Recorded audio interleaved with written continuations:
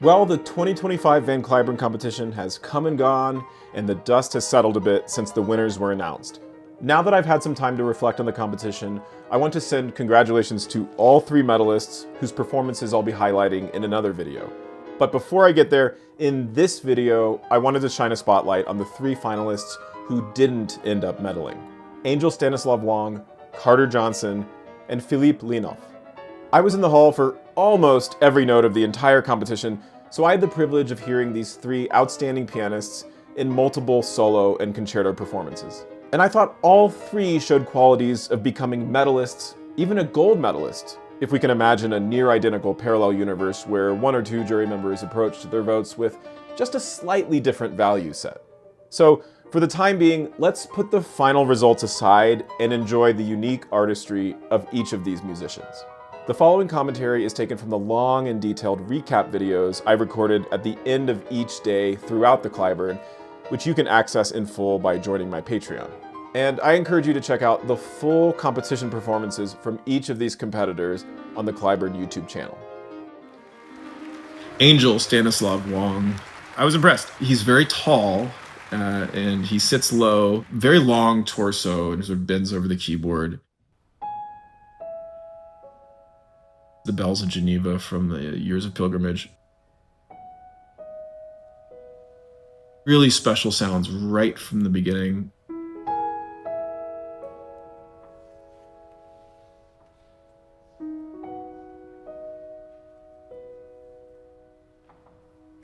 Really moving performance, I thought.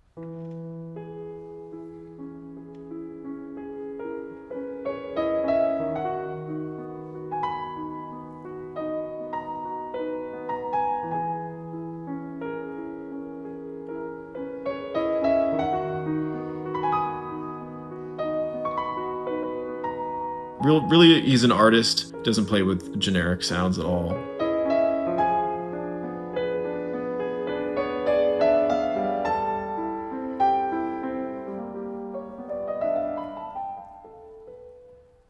List Don Juan.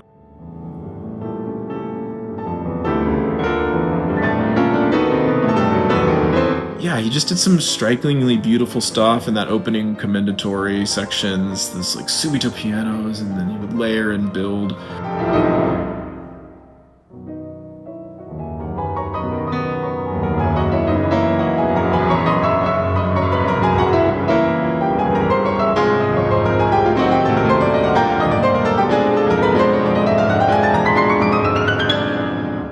He had just a really grand conception of this thing that I thought was really effective, seductive, and flirtatious, that duet.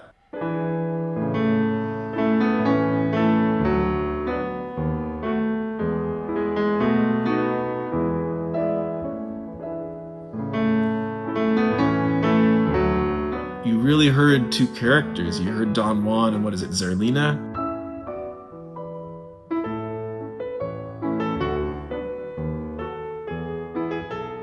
It was really coming to life. Just single-handedly, he was like bringing this sort of opera rearrangement to life of Mozart.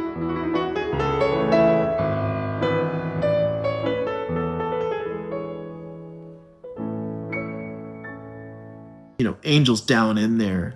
He's like tall and lanky, he sits really low, but then he bends his torso over and he gets into the sound, you know.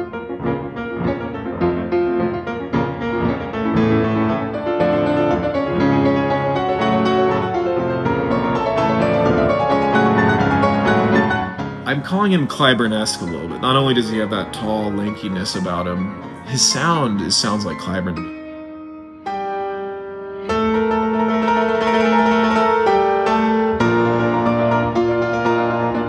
And I want to hear him again. You know, that's what I think a jury's feeling. Do we want to hear this guy again?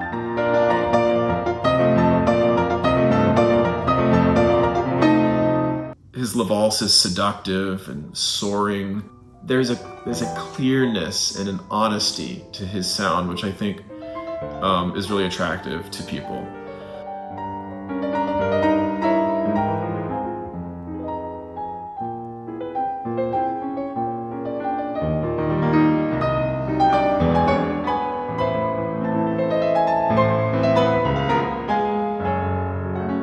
He's so communicative in his phrasing, and he's always playing with commitment. There's never a dull moment. He never loses focus. He never loses the audience. All this stuff matters.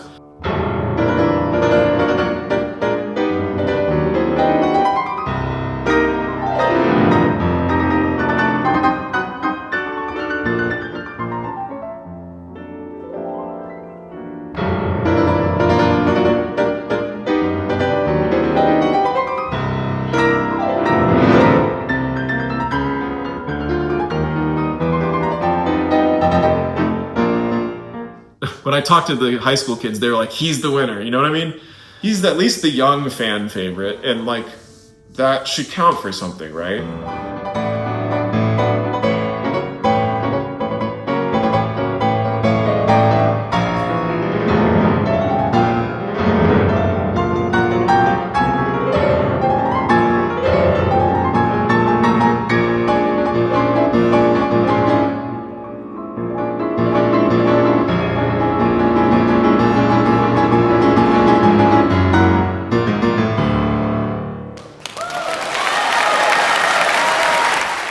Valse ended, and he's already getting standing ovations after one piece. You know, usually people wait till the end.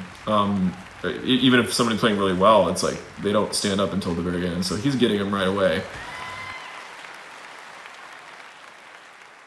Then there's Debussy Preludes. What is it? On the Terrace, Under the Light of the Moon.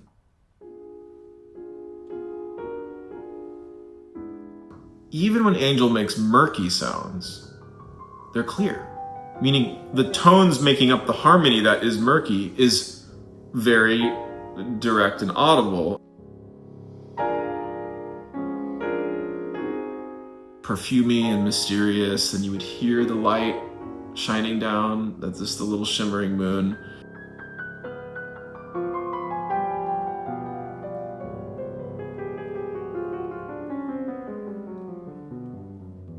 Feu d'artifice, fireworks.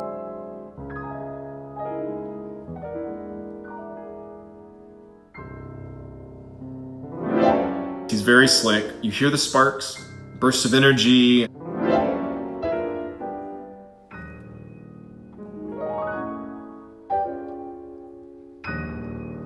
And it's not like special effects for their own sake. It's like this dude is always using this for, you know, communicative purposes. Very stylish. I liked watching it. I liked listening to it. The crowd loves him.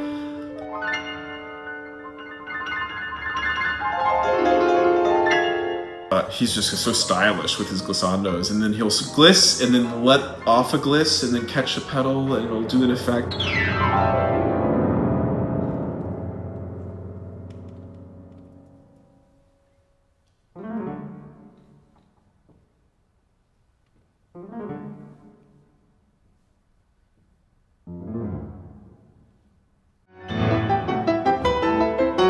I don't have much to say about this Stravinsky except that he just nailed it.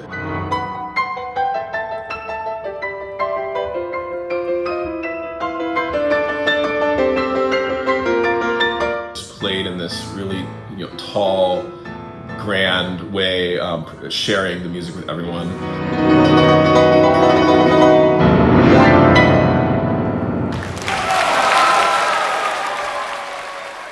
I think it was like a 99% standing O, screaming and cheering, extended ovation. He turned to the back of the hall to bow, and the girls were yelling. It was like I was at a Liszt concert in 1839 or something.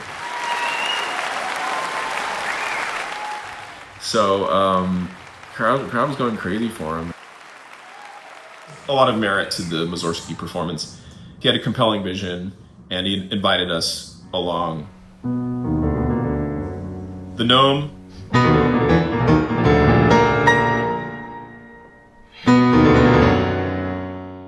He really embodied the character here. This was really to his strengths.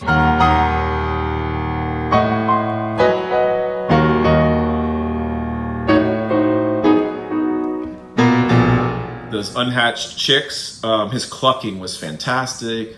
You know,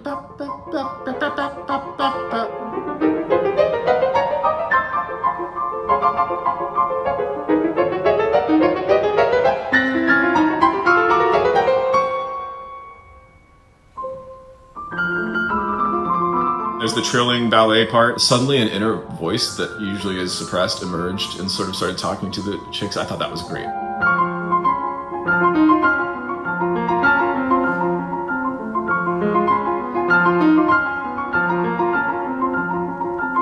Baba Yaga.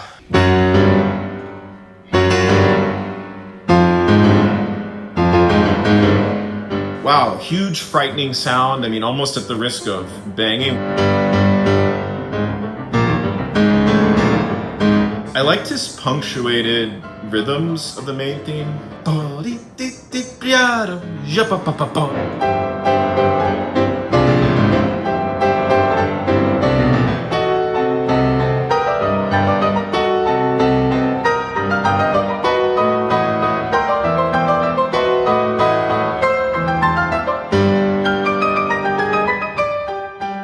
The tremolo rattling at the end of the Mussorgsky, like you could hear the wires of the piano rattling with it.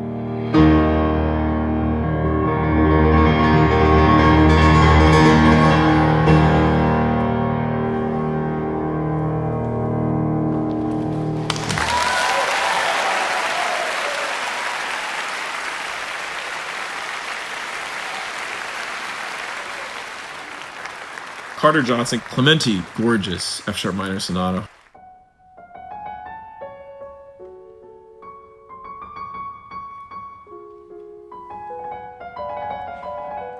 Articulation is varied, his ornaments were woven beautifully into the texture.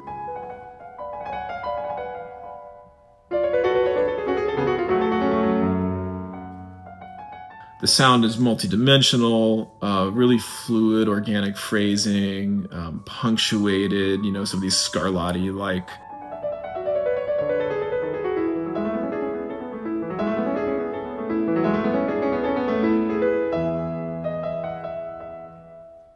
Last movement I thought almost at first was too fast for the hall, but actually he nailed it and he played with so much clarity and verve.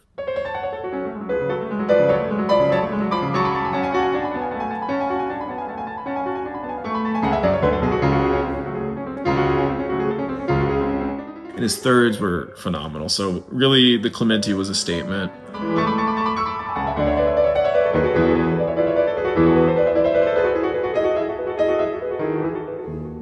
Then he played a series of Prokofiev pieces. A lesser played Scherzo.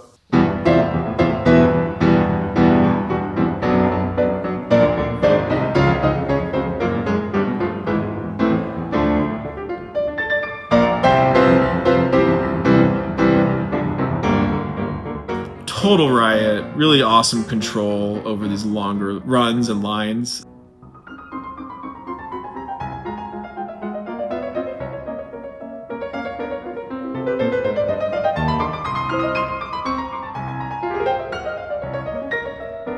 So it was wild, but always shaped and controlled at the same time, which I thought was excellent. His suggestions diabolique. That first sound he made was so guttural and just like something was emerging out of the bowels of hell.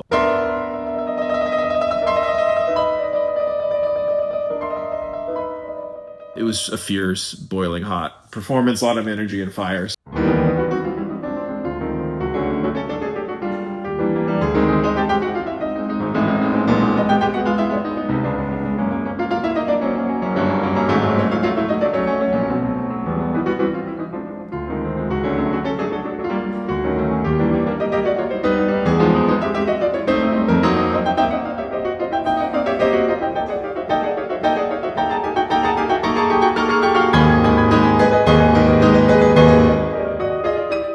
Of just sound production and maturity of concert performance and knowing your acoustic.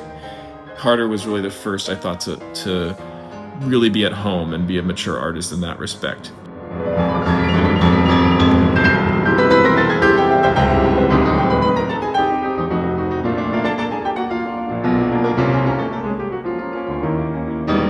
Shostakovich, he played 5 preludes. And it was like a colorful, thoughtful one.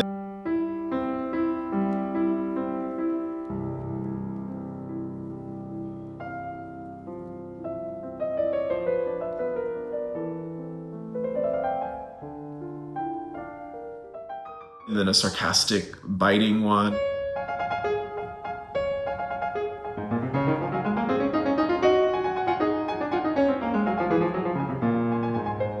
Then a declamatory one with contrast.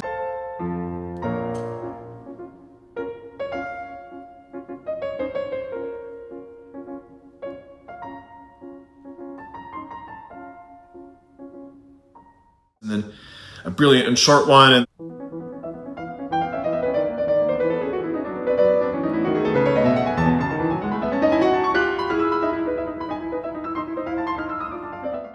then the fifth one he played was like reflective, and it sounded like one was remembering a waltz.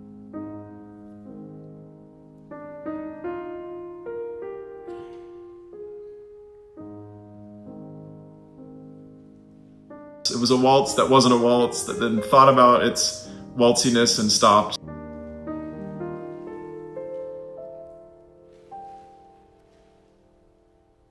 It was all very effective and useful for him, again, to show this range of colors and techniques. Then he went straight into the Brahms, and he realized what was so clever about this is his Brahms was actually an extension of the Shostakovich set. They were one set.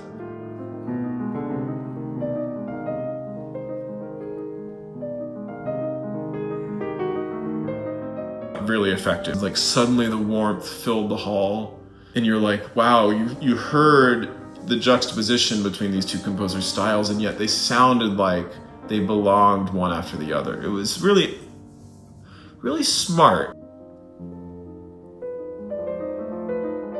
He has great control over the sort of harmonic movement or motion of a phrase. His transitions are always superb. He very carefully cultivates his transitions.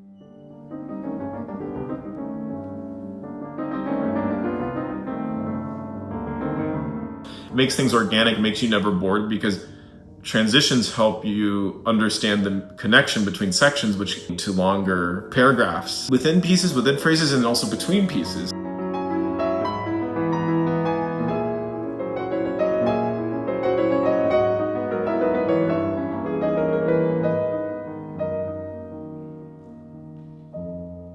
The second one he played is that number 5. It's the dramatic centerpiece of all of Opus 76.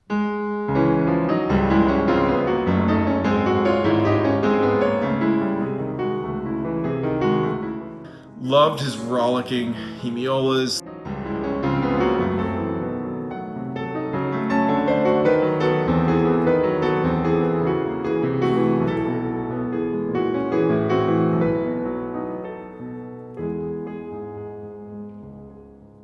He played that really ancient sounding chordal piece from Opus 76.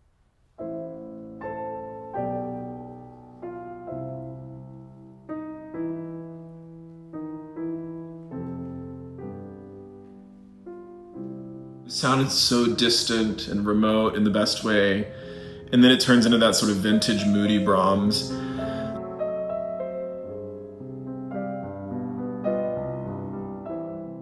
I love that Carter plays with restraint. It's great with Brahms because it's sad, but he's not shedding a tear, which is so Brahms.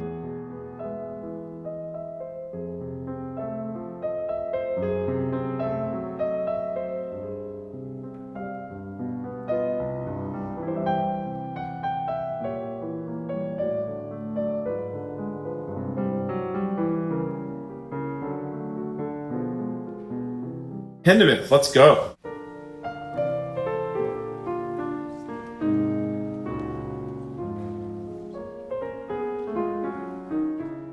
Begins with a modest theme and this gently rocking for a while. For a piece you don't hear often, Carter really communicates it extremely well.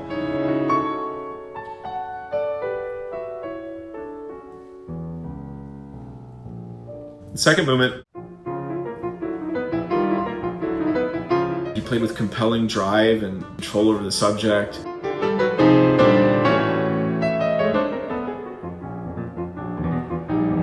Later, and it sort of breaks into it, scurrying around, very dazzling.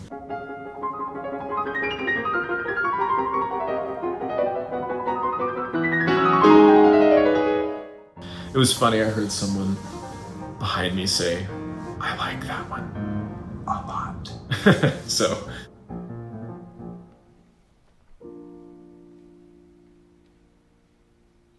And then the fourth movement is just a grand display of exalted, 20th century fugue writing.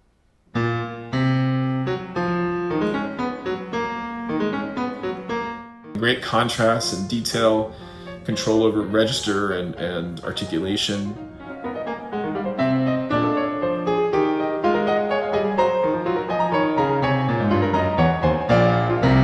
And he brought just a lot of coherence, which is good, and grandeur, which is even better.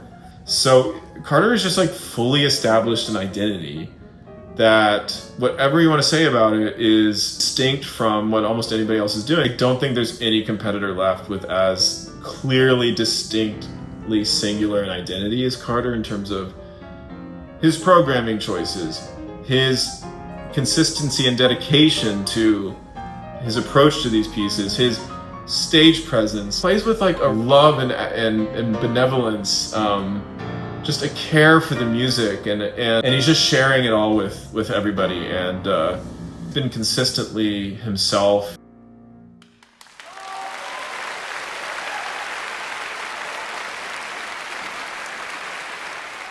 K482. He stole the show last night in every way: taste, style, sound, stage presence, ensemble, everything.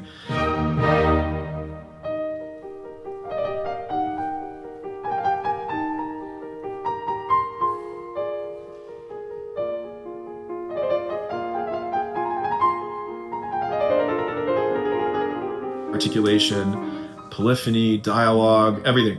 Nice directionality of the gestures, which were always integrated into larger phrases. Wow.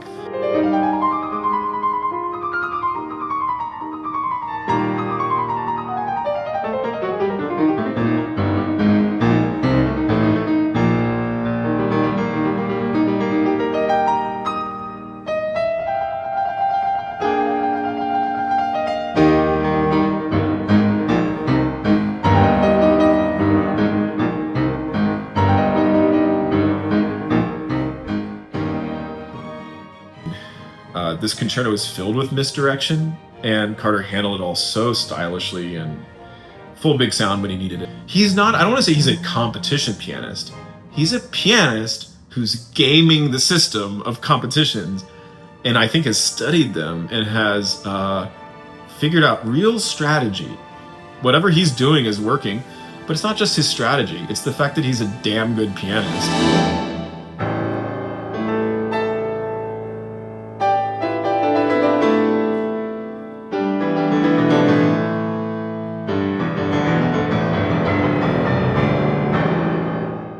Carter continuing to make a statement, his final obscure piece of a whole competition. Ravel left-hand concerto, so never have heard at the Cliburn.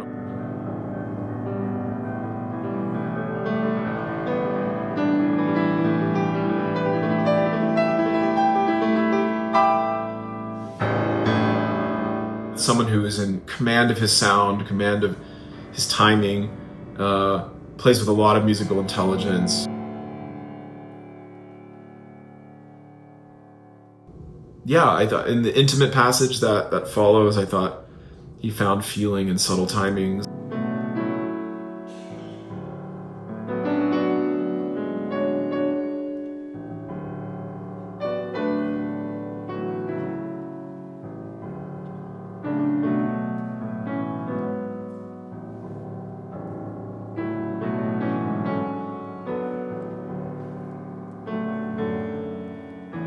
Bravo to Carter for being consistently interesting and artistic throughout the competition. I said that he has a real shot at medaling. He didn't quite make it, but didn't take anything away from the statement he made and all the people he impressed throughout the competition. So congratulations, Carter Johnson.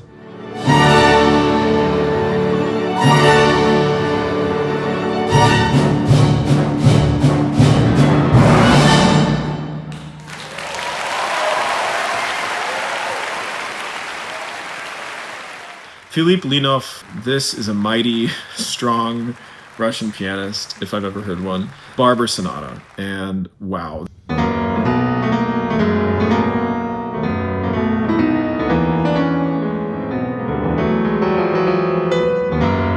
This is vivid, colorful playing. He plays everything with a shiny tone. There's rhythmic precision. He's playing with ease.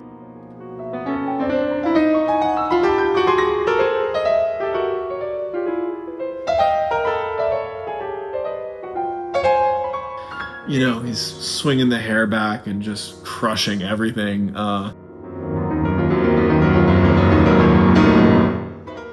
Second movement was scintillating.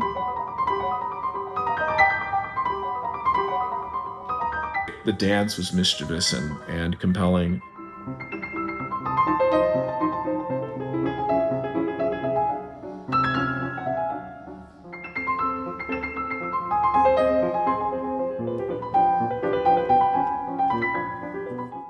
Third movement, mysterious and colorful, nocturnal.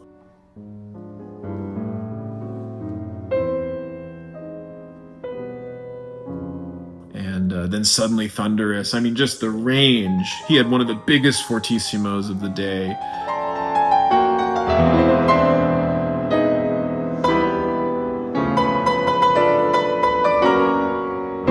But it was also yearning, you know, it wasn't just like stereotypical loud Russian playing.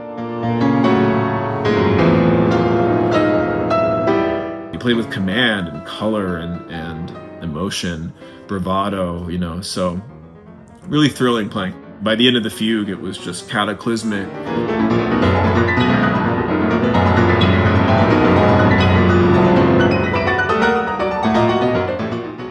Borderline too much, overkill, I don't know. I thought it was really commanding and powerful.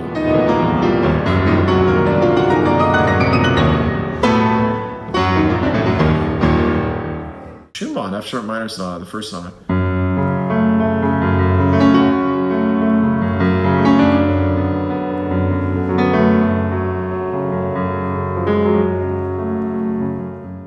What I found most appealing was he has physical control of his phrasing. If you watch carefully, he ebbs and flows his torso like every 2 to 4 bars. And then you'll see the slightest, not this kind of cliche pianist thing where they do this too much, just the slightest lift.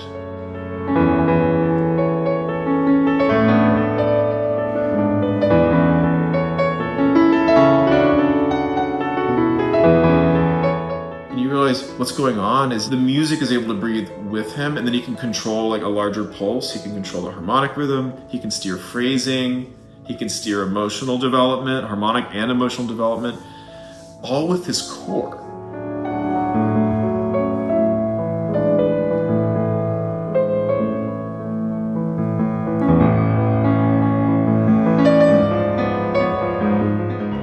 What I appreciated about Lynov is that he kind of narrated the piece to me. He told me the story of the piece in his playing.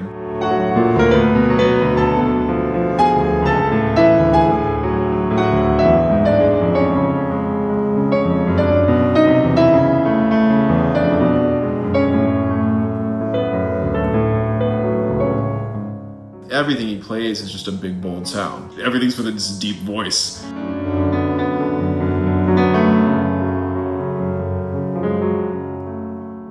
Alborada del Grazioso.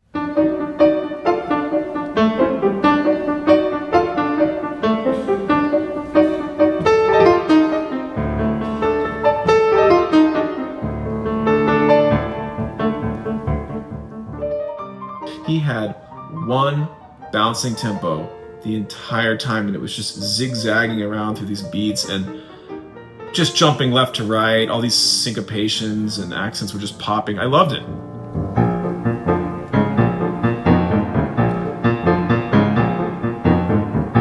I just thought that that's how this should be played. Repeated notes were out of this world.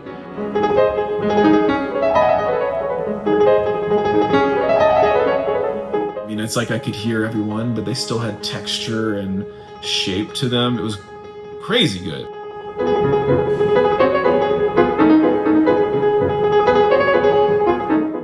And he maintained the dance around the repeated notes as it was happening. You still felt this going on, you know?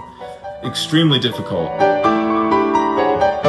In the middle section, you know, he really committed to those background syncopations so that the dance was always close by the whole time, even during that foreground chant.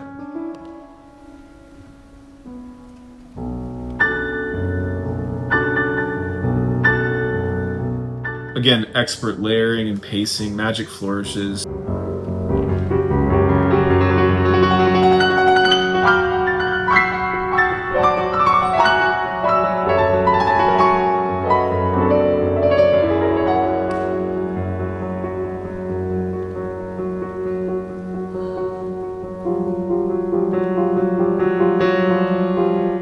And then his double note glissandi were just spectacular.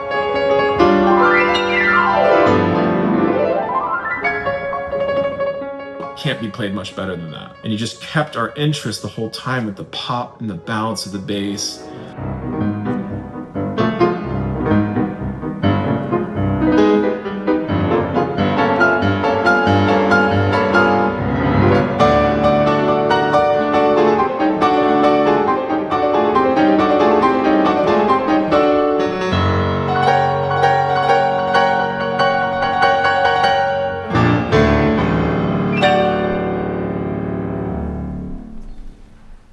Valley of the Bells.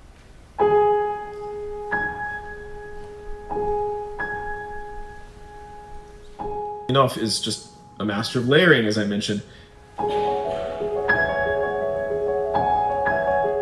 In this piece, he paints a landscape at once of just sound and register. With one hand, he'll have a kind of landscape, and then the other hand will be striking all of these bells, and it's just so three-dimensional. One over there, and a big one and a small one, and you really feel like you're in that environment, and it's just panoramic and awesome.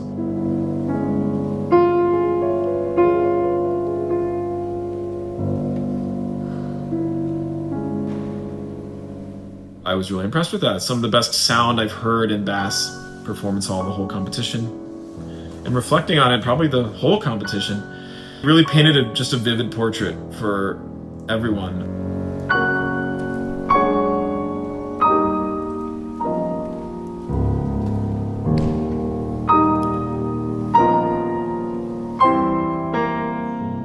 Prokofiev. This is like just really strong and powerful playing. He never dwells. Like I say, three-dimensional.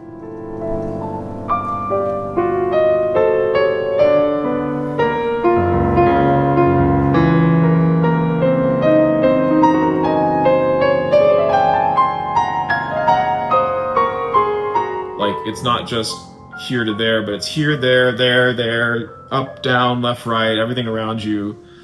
Just panoramic. You feel like you're in it. Like you're inside of it.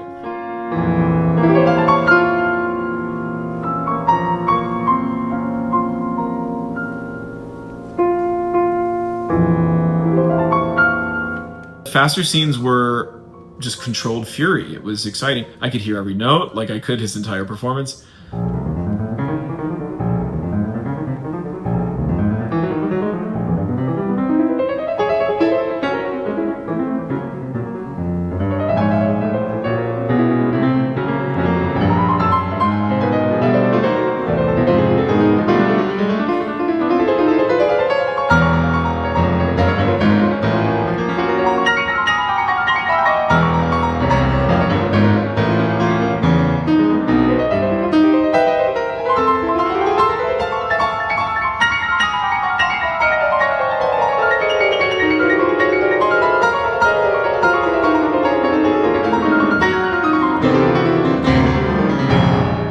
Third movement, Prokofiev, Philipp Lynov, not too fast. Just like his Alborada, he takes a good tempo. It's still fast, but it's not blazing. It's not trying to prove anything.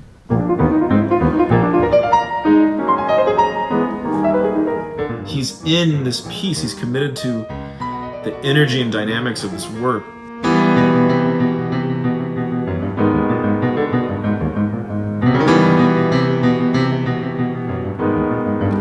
But his sound just radiated throughout the hall. It was punctuated.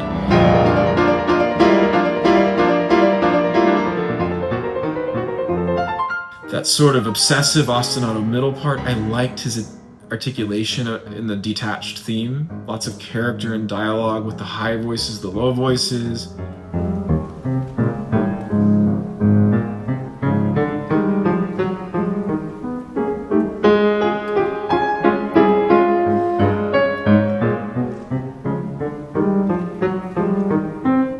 prized accented chords, timing and emphasis that he would put on more belligerent moments was really compelling. Some notes were ugly in a good way, especially the last two accented notes at the end of the ostinato before the sort of memory of the theme theme from the first movement comes in.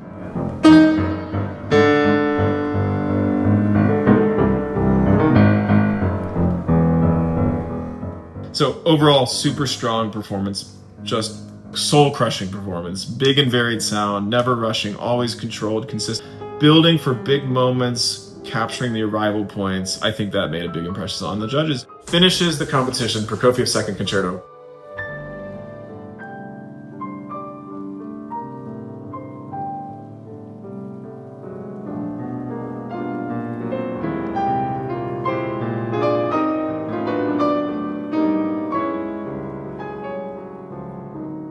He did things with movement and color and timing that I thought were persuasive. He handles transition and character changes well.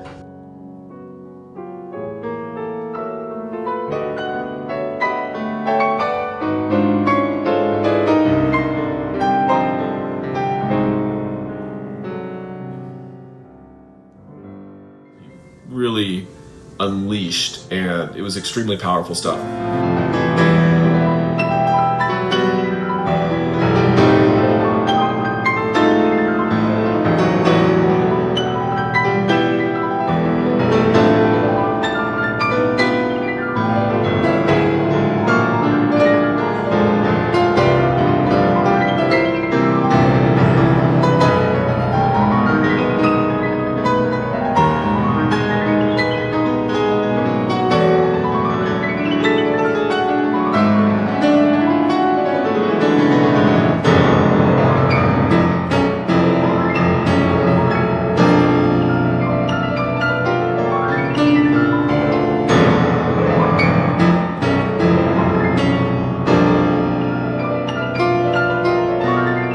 Coda was wild and powerful. It was a strong ending, lots of well-deserved bravos from the audience.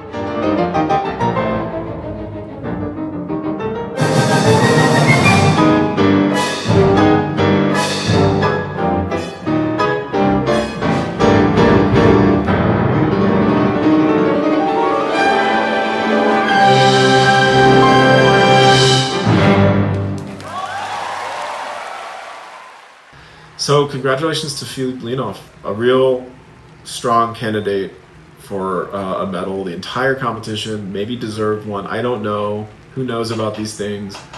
Really, it could have come down to literally one jury member being like, just one person being like, I'm on the fence.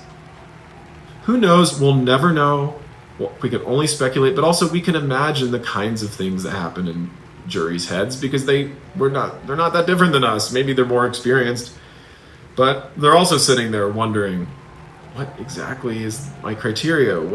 How do I compare apples and oranges? I mean, they're having all the same dilemmas that I have, and I'm sitting here trying to think through and how to compare all these interesting, unique, different, talented pianists playing very different repertoire. So I think what matters is these competitions exist so that we can hear all of these amazing pianists and become their fans.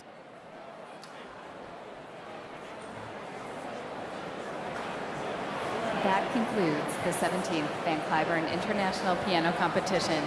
Please join us at 7 p.m. for the award ceremony.